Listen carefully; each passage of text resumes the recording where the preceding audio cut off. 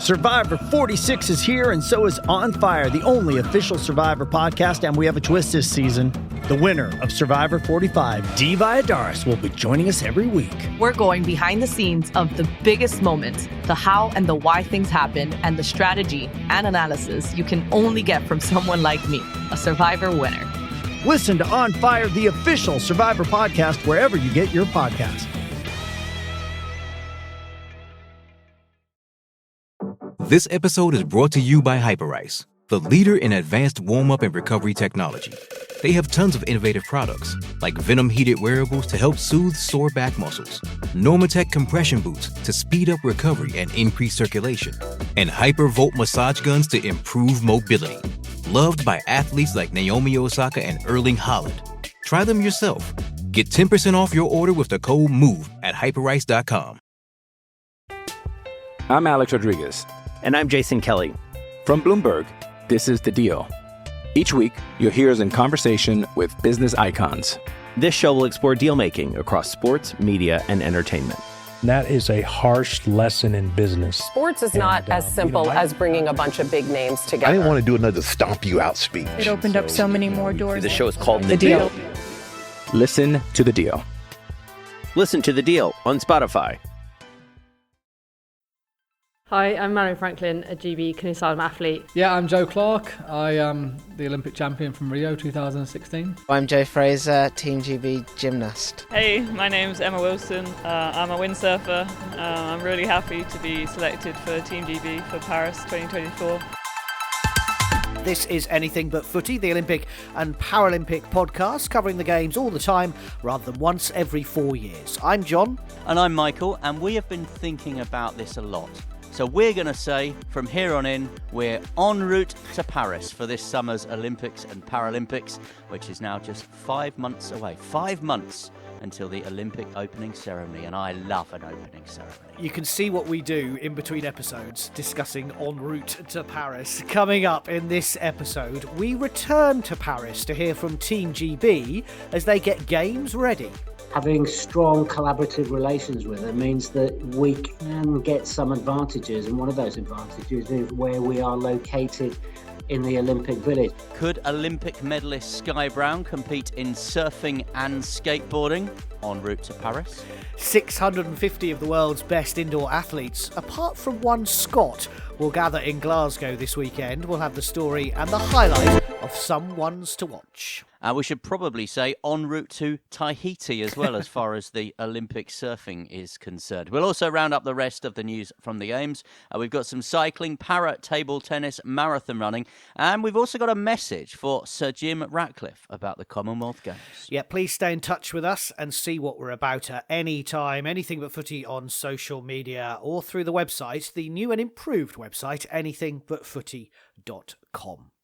Now, the Olympics is always changing. Since 1896, as many as 10 sports have vanished from the schedule, including tug of war, which I think is a loss, and not to mention the arts and cultural events that you could win a gold medal at back in the day. Well, in Paris this year, breaking is one of the new sports, and we know LA will welcome back lacrosse and cricket, to name but two, to the Games in 2028. Now, the reason I bring this up is, as we've discussed in the last couple of episodes of Anything But Footy, sport does need to innovate. So as the world's best athletes gather in Glasgow for the World Indoor Championships, the long jump debate continues, kicked off by our interview with World Athletics CEO John Ridgeon in Great British Bosses. And President Seb Coe will be meeting the media on Thursday this week. We'll be very intrigued to see what he has to say. Paris is preparing to stage its third Olympics and its first Paralympic Games. And we, as we've said, are now just 5 months away from the Olympics starting. I've been catching up with Team GB chef de mission Mark England, who's just back from the French capital after another few days over there, making sure that Team GB are Games time ready. Mark, 5 months away from the Paris Olympics. How are Team GB all set up? Yeah, we're actually in very, very, very good shape. We're only there last week. We took 70 of us over to Paris for a few days. Team leaders that are preparing in Saint-Germain-en-Laye, just to the west of Paris, 20 minutes to the west of Paris. They had a really good look at that particular site and how everything would work for them. And then those that are training and preparing in Rants, they went over, they kicked the tires over there. That's swimming, boxing, table tennis, and gymnastics, and then we all congregated in Paris near our performance lodge and our accommodation for the game sites, and I can say that we spent some time with the organising committee, and from our perspective, from Team GB's perspective, I'd say we're in excellent shape. How much do you work with the organising committee to ensure that everything is as you want it to be for games time? Yeah, Paris 2024 organising committee, we have to work closely with them. We want to be top European nation, and that's a pretty tough ask with France. We want to be top 5 in the medal table. And so just getting every ounce of performance advantage for British athletes is super important. And so working with the organising committee, get inside their thinking, get inside their presentation, and then working really closely with them, having strong collaborative relations with them means that we can get some advantages. And one of those advantages is where we are located in the Olympic Village. So we're one of the larger National Olympic Committees. We'll probably be around 350 athletes, somewhere in the region of that. And so we're just, we want the best space for British athletes. We want more, just to kind of paint a picture of the village. It's twin bedrooms and so on, but there are some single rooms. So the more single rooms that we can get for British athletes, that the better. Just the location near the dining hall, near the transport mall, just a quieter location. Just near some areas that we feel that gives British athletes a bit of rest and relaxation away from the noise and the distractions of where they are. 10,500 athletes in an Olympic Village. 17,000 people there. So it's a small town in itself, in a very, very small footprint. So anything that we can do with getting that performance advantage, and so it's super important that we're close with the organising committee. And luckily I've worked with some of the guys there for a couple of Olympiads or more, going back to Rio de Janeiro. And I remember when we spoke in Rio, you were having to get electricians and plumbers in to fix things up in the Olympic Village right up to games time. Obviously, Tokyo is a COVID Games. Does this one feel a little bit smoother in the preparation? It does. It's the closest we're going to get to a home games. Obviously, couple of hours on Eurostar. We've got a great contract with Eurostar, and they looked after us very well last week, and all the team leaders there and back. And we kind of road tested a few of the things that we would like to do for the athletes just on that particular journey. But yeah, Rio was interesting in a number of ways, as you rightly point out. And then it was very, very difficult in Tokyo. 30,000 COVID tests on the British delegation alone over the kind of 4 or 5 weeks that we were there. So, that was very stressful on occasion. And now just to have the opportunity, and more importantly, the athletes have the opportunity to showcase their talents in full venues, spectators, but not just that. I mean, if you speak to any athlete, they say the opportunity to be in front of family and friends, and to be in competition in front of family and friends is very important to them, and we recognise that and we support that enormously. And as chef de mission, obviously, your role doesn't stand still. The Olympics don't stand still. We've got new sports, new disciplines coming in this time. That is what sport in the Olympic Games needs to do, isn't it? Innovate. For example, breaking coming in this time, something brand new. Yeah, and it's a surprise that breaking is not in 2028. So, just for your listeners, there are 26 sports in London. There are going to be 35 sports in Los Angeles, and 4 new sports in this, in Paris. So, it's an interesting development in terms of breaking new ground, no pun intended at all, breaking new ground, but also, the opportunity to get new people interested in a global multi-sport event. It's fantastic.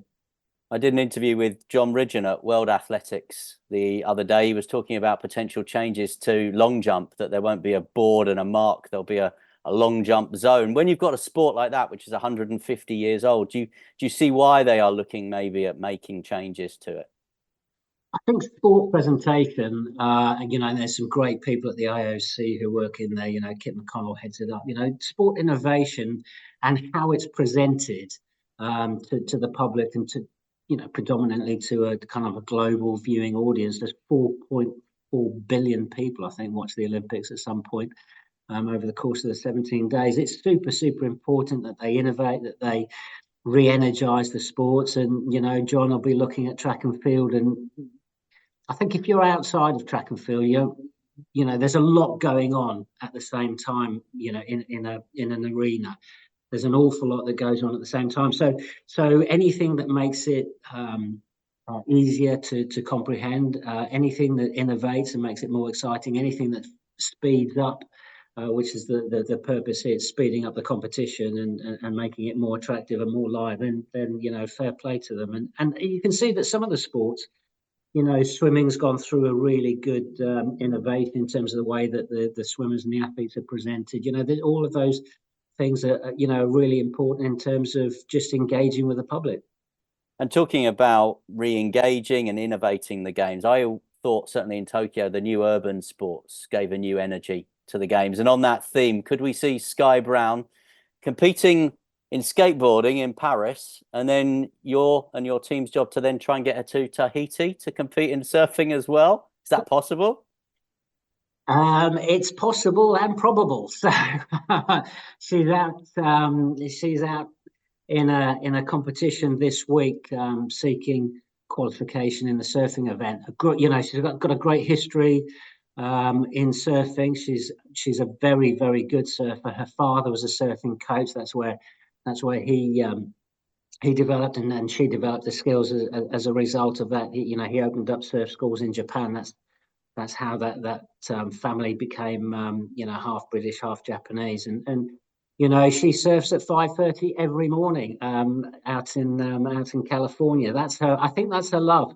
And if she can secure qualifications for both, then fair play to her. That's terrific. She broke all records, being the youngest medalist at the age of 13, for Team GB, and she would become the first British athlete to compete in two different sports at the same game. So if she pulls it off, we'll absolutely do everything we can to get her on the start line for both.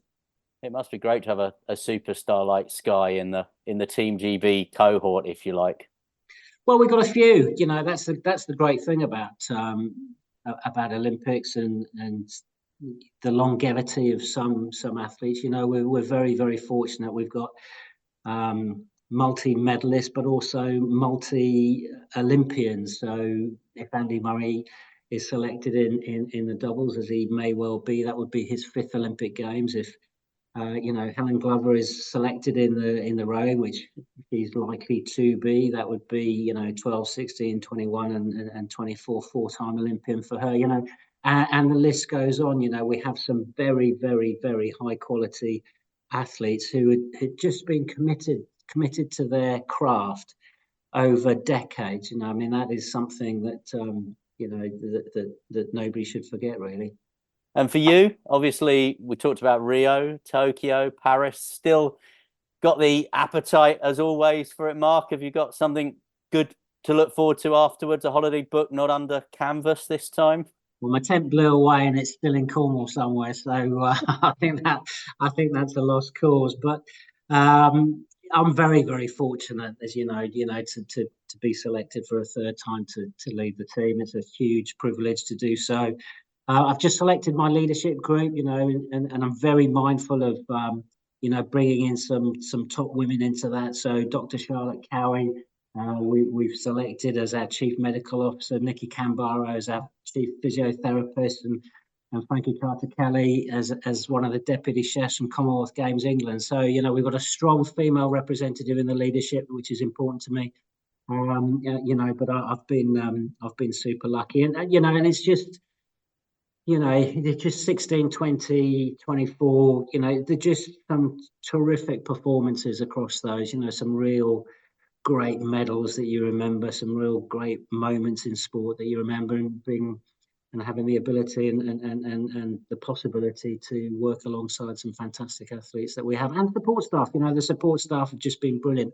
So behind every 350 whatever it is Olympians that we have, there's an army of nearly 1,000 out in country working behind the scenes diligently to make it all possible, and another 1,000 back home making it all possible as well. Some those that don't and aren't so lucky to get on the team sheet.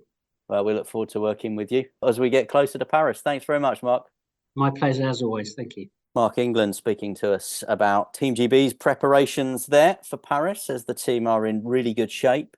Interesting to hear how closely as well that Team GB have been working with the local organising committee of Paris 2024. We understand that Team GB were the last delegation in there actually before they shut the village and the facilities down for the final works and the dressing of the venues as we'll see them in the summer. And interesting as well to hear him there talking about innovation in sport, and it seemed to me that he's very much a fan of the need to innovate. The Olympics need to innovate, and he will have overseen quite a lot of that in his tenure from Rio to Tokyo, with the introduction, as I said there, of some of those urban sports. And that brings us on to Sky Brown. And I perhaps wasn't expecting that response from Mark there. I said, could she do surfing and skateboarding? And I thought Mark, being the level-headed details man, would have said about all the challenges that would bring, going from Paris to Tahiti, 10,000-mile journey. But no, his response was not just possible, but probable. So what I would say about Sky Brown, potentially representing Team GB in surfing and skateboarding, looking to make more Olympic Games history. Watch this space. You heard it from Mark England, chef de mission of Team GB. So a new federation, GB Surfing, has been created in the last 5 months, trying to create a pathway for British competitors to Brisbane 2032, in a sport that made its debut in the Olympics in Tokyo. Another new sporting innovation for the Olympics. GB Surfing says it's not about medals now, but say they currently have a team competing in the World Surfing Games in Puerto Rico, including Sky Brown. So a total of 48 surfers will be competing in Paris. Well, I say Paris, as Michael pointed out, the competition will not take place in France, but 10,000 miles away in Tahiti, in the French Polynesian island located in the Pacific Ocean. 24 men, 24 women, 8 more in total than were at Tokyo 2020. The big question, will Sky Brown be there? We'll, of course, let you know how they get on. Just a word on that. Do you remember how much we loved the bus to the sailing venue, which was about an hour and a half outside of Rio? Yes. And we used to go there I used to go there just to get my best hour and a half sleep. So I'm thinking the bus from Paris to Tahiti, 10,000 miles. I mean, I could pretty much nap my way through the games, couldn't I? I think if you got the bus, I don't think you'd be back until LA 2028, would you? This is Anything But Footy, the Olympic and Paralympic podcast. Stay with us. We're about to preview the World Indoor Athletics in Glasgow and discuss the Scot who's not there. I'm Alex Rodriguez. And I'm Jason Kelly. From Bloomberg, this is The Deal. Each week, you'll hear us in conversation with business icons. This show will explore deal-making across sports, media, and entertainment. That is a harsh lesson in business. Sports is not as simple as bringing a bunch of big names together. I didn't want to do another stomp you out speech. It opened up so many more doors. The show is called The Deal. Listen to The Deal. Listen to The Deal on Spotify. This is Anything But Footy, and we are en route to Paris 2024, and we start with a diversion to Glasgow this weekend. 651 athletes, 331 women, 320 men, 108 medals, 26 events, 18 reigning world champions in action, and 1 World Indoor Athletics Championship in Glasgow, as Michael said. We'll let you know some of the ones to watch in a moment, but first, 5 more British athletes have been added to the British team of 21 we told you about last week in the last episode, after those British Championships that Michael was at in Birmingham. And after taking in consideration the latest world rankings and invites from World Athletics, Amelia Campbell and Scott Lincoln will both compete in the shot put for Great Britain, Amy Hunt in the 60 metres, Hannah Nuttall in the 3,000 metres, and Abigail Paulet in the pentathlon. all will represent British athletics this weekend.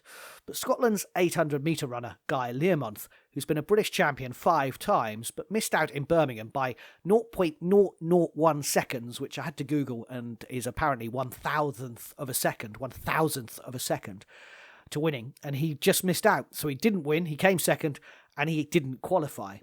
But he has had an invite from World Athletics, but that has not been accepted by British Athletics. He says it's total nonsense, he's disillusioned with the sport, and at the age of 31, he says it's new faces, same BS, which I think we all know with British Athletics. British Athletics say they don't comment on individual qualification. I can comment, though, on individual qualification, and I will comment on this one. I do feel sorry for Guy Learmonth. I mean, I saw him in Birmingham just miss out. There were some reasons behind, I think, his performance on the day. He cited some injury and some illness that he'd had in the build-up to the event. But British Athletics have set the rules, and under the CEO, Jack Buckner now, those rules are being really strictly enforced. And I think what Jack Buckner will say is, look at my track record. I took a small team. There were people that missed out that thought they should have gone to the last World Championships in Budapest. I delivered a record haul of medals. Look at my track record with British swimming. Again, went through this process with British swimming. Swimmers who thought they should have been on teams going to major meets, major events that didn't get to go. And, well, when you look at it, British swimming delivered a record haul of medals in Tokyo at the last Olympics. That is the policy. That is the process that British Athletics are going through now with Jack Buckner.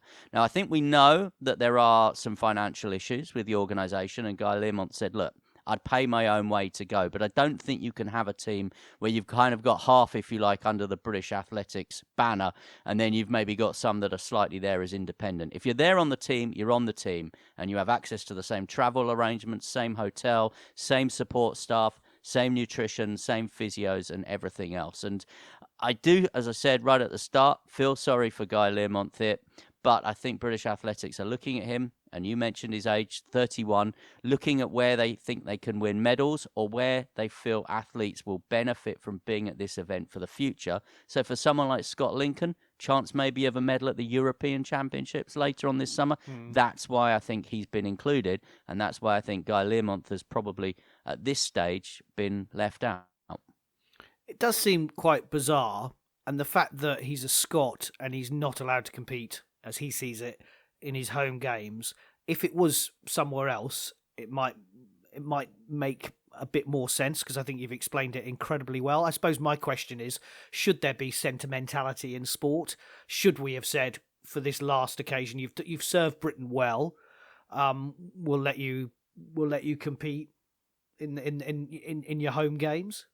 I think there is sentimentality in sport, and probably there should be sentimentality in sport. We mentioned it, didn't we, in a recent episode, that we were both disappointed that David Beckham never got the call up for London 2012 to play in the football team, even though he probably, based on his performances at the time, shouldn't have been there. He helped win the bid. It would have been nice to see him. It would have been a little bit of stardust for the Olympic movement. That's where I think sentimentality in sport should come in. But British Athletics aren't a sentimental organisation at the moment. They can't be a sentimental organisation. I don't think this is a personal decision based on Guy Learmonth, and I don't think it's a personal decision based on the fact they should have selected him because the games are in Glasgow. It's a performance-based decision, and we've had these conversations before about this. You want a team that go there where you think that everyone is there to either get on the podium, reach a final, or to gain considerable experience for something that might come down the line. And that's why some of those names, those 5 more British athletes, have been named. So this is a performance decision, and we have heard on this podcast when we've spoken to the likes of Jack Buckner and other people that are performance directors and CEOs of big organisations, and when we've spoken to them on our Great British Bosses podcast as well, if you have people around the team that don't have that specific role that I've just outlined to be on a podium, get a medal, get into a final, then that detracts from the rest of the team. And that 0.001%, that 1,000th, if you like, percent, could then impact performance of somebody else, and you take away from them. Better news, brighter news for Britain, someone you talked about last week. Yep, on a brighter British note, I did mention her last week. Rising pole vault star Molly Cordery is in terrific form at the moment. She's improved her world lead again ahead of Glasgow in France. She cleared 4:86. Now, she will be in action on Saturday evening from 7 o'clock in the pole vault indoor world final. I am looking forward to being there for that one. Other ones to watch: men's 60 metres Friday night, 9:45. USA's Noah Lyles and Christian Coleman both in action. Jeremiah Azew will go for Great Britain and Northern Ireland. The first gold medal is given out on Friday morning. That's the women's shot put, with the women's pentathlon right throughout the two sessions as well. Morgan Lake will compete in the women's high jump final on Friday evening. We'll also see Femke Bol and Karsten Warholm in action in the 400-metre heats and semi-finals on Friday. Lavia Nielsen will go for Great Britain and Northern Ireland in that one. And could it be a Super Saturday in Scotland for Laura Muir and Josh Kerr? They both go in their respective 3,000 metres on Saturday evening, which could be an incredible way to finish Saturday night, while the men's and women's 800 metres and 1,500 metre finals bring the curtain down on Sunday. Gemma Reekie will hope to be in that 800 metre final. Look, there are lots more events, as I mentioned earlier, 26 events taking place, lots of medals to be won. We'll be keeping an eye on it. Michael said you're going to be there as well, so keep an eye on our socials on anything but footy. Yeah, you wouldn't want to miss my selfies. In other news from the Games, the British National Track Championships returned to Manchester after a bit of a revamp of the velodrome there for the first time in 4 years. Emma Finnecane, Georgette Rand, Millie Tanner and Sophie Catewell clinched gold in the women's team sprint. Pete Mitchell was crowned comeback king in the men's sprint. Lauren Bell was undefeated as she won the national women's title in style. She went on to claim the Keirin on Sunday too. Will Perrott won the points race for the second year running. Jenny Hull won the women's points and the scratch race title to make it a memorable weekend for her. And Neil and Laura Fackie, they keep delivering medals, don't they? We've been talking about Neil and Laura Fackie delivering medals for years and years and years. They both took national titles just 3 minutes apart. Well done. Yeah, absolutely. The TCS London Marathon, which we look forward to hopefully covering this April, has become the first marathon in the world to make its prize money for wheelchair and non-disabled athletes exactly the same. All winners in the elite races of this year's event on Sunday, April 21st, will receive $55,000, with the runner-up earning $30,000 and third place $22,500. Great to see that equality coming through, and London leading the way once again. Yeah, maybe Wimbledon and the All England Tennis Club could be next with that one. European para table tennis champion Will Bailey has already secured the regional spot in the men's class 7, but as the final month of qualifying for Paris 2024 continues, he'll be competing in Kazakhstan in March. Athletes will also be heading off to Italy, Spain and Poland, hoping to consolidate or improve their chances of competing in Paris later this summer. And a message for Jim Ratcliffe. Sir Jim Ratcliffe, if he's listening to the podcast as we finish off, the owner of the Ineos Grenadiers cycling team and the part shareholder of Manchester United. This is my message. Bid for the Commonwealth Games. Now, why am I saying that? Because he has said this week in lots of articles in newspapers and on the BBC that he wants to build a new Trafford. So a new Old Trafford, if that makes sense. He says Old Trafford is not good enough and he wants to build a new Trafford. But he wants to use public money for it because he says that why is there not a national stadium available for the North? He says, where's the National Football Stadium? Where's the National Rugby Stadium? Both of them are in London. Where's the Olympic Park, he said. Well, that's in London too, he said. And he said, what about levelling up?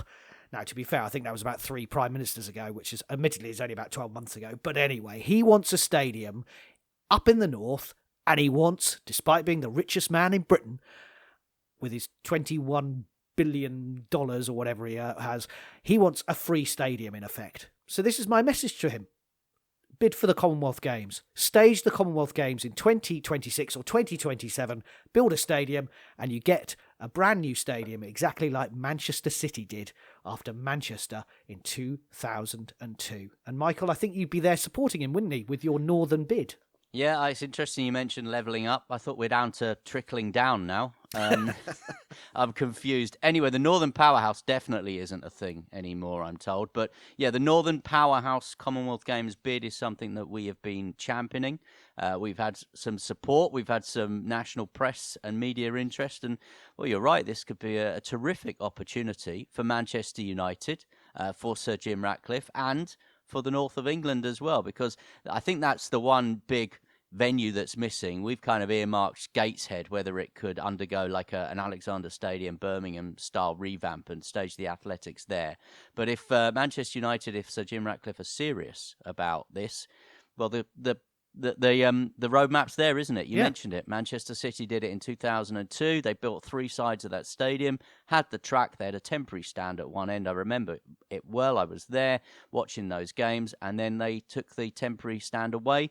They took the track out and they closed it up, and now the Etihad is a terrific venue for football. So, yeah, I just wonder, though, where are we now? Early 2024, even if we delayed that Commonwealth Games to 2027, I still think it would be pretty tight. He's got the money, though, hasn't he, to pay for it as well. He wants us to pay for it. That's good point. Oh, yeah, that's the down. It'll be like HS2. We'll be still waiting there in 2032.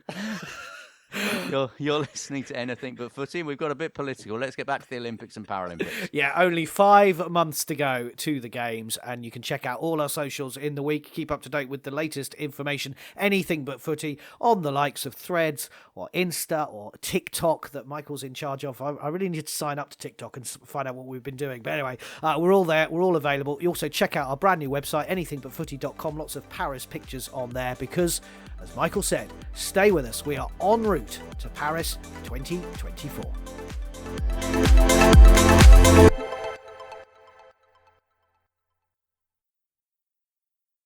Sports Social Podcast Network. Okay, round 2. Name something that's not boring. A laundry? Ooh, a book club. Computer solitaire, huh? Ah, sorry, we were looking for Chumba Casino.